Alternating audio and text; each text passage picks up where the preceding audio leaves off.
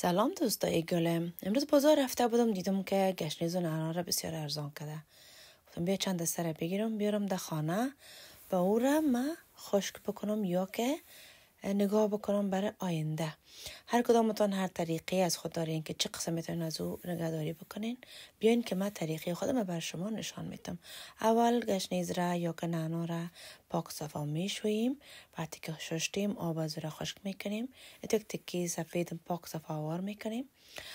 ساقه گشنیز جدا میکنم. البته به گفته خود ما دم به گشنیز جدا میکنم. به خود گشنیز را برگایش میده میده توتا میکنیم. بعد از او بالای از این تکیه خشکی که پاک صفایی کار کردیم او را میگیریم و با دست خود نرم ملایم آیسته آیسته وار میگیریم تا کمی آب از این خشک شوه.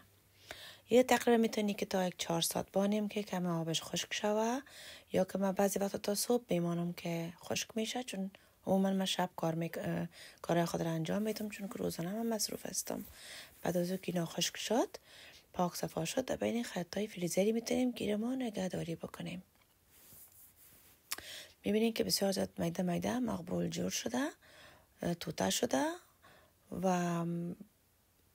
این تو رنگ سبز مقبول خود هم نگاه میکنه. وقتی که در بین فریزر بارین، من البته در فریزر میمونم، خشکش نمیکنم. این طریقی است. دوم بگشنیزه بگویم ساقیش هم میده میکنم خوب سعی و ورد یک ظرف جدا در پتنوس رو هم موار میکنم که آبازی هم گرفته شوه، خشک شوه، که ایره باز علایده در بین خرطای فریزری قرار میتم. در بین سوپ، شوربا، قورمه باب، سبزی ایره مندازیم که او را مزه‌دارتر میسازه. و هم در فریزر بسیار خوب نگاه میشه، یخ نمیزنه، پاک صفا منظم میمونی. هر وقت خواستی از این استفاده کرده میتونی. اینم ببینین، یم دوم گشنیز و یم خود گشنیز. دلم خوش شدیده. و این یک خیلی دیگه گشنیز است که من قبلا توته کرده بودم و در بین فریزر مانده بودم. حالا برتانی را به طور نمایشی نشان میتم. ببینین تر تازه مانده، تر تازه و بسیار مقبول. حتی رنگش هم عوض نکده، تغییر نکده. یه بالای منتو یا شک بالای سوپتان بر تزینم اگر بندازین یا در چتنی بندازین، هیچ کدام تغییری در مزه از او یا در ذائقه ازی تازگی نمیه. حالا رسید نوبت نعنا را بسیار به سادگی میشویم، زیاد نمیشویم که تر نشه. ایره برگاشت جدا میکنیم از ساقیش. اینی یاره که است ما جدا نگاه کردیم در بین یک فریزر خرطی دیگه میمانم که در بین دوغ چیزا مندازی که کم مقبول تر دانه دانه معلوم شوه.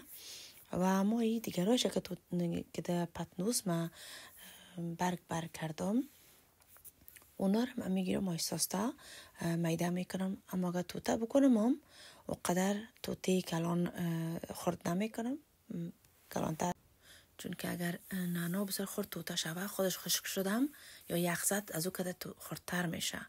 بنان اینی خیلی فریزری ما تیار شد. در بین جوس یا کدوغ مندازم. این حال ای هم شد نعنا که میده کردم. ایره میده کردم، خشک است، ضرورت نیست که میره هموار بکنم تا به خود خشک بسازه، چون کمی خاصیت برگای نعناست که آب به خود زیاد نمیگیره و بسیار تر خشک می باشه. خودش ضرورت نیست که من بارم تا سباره.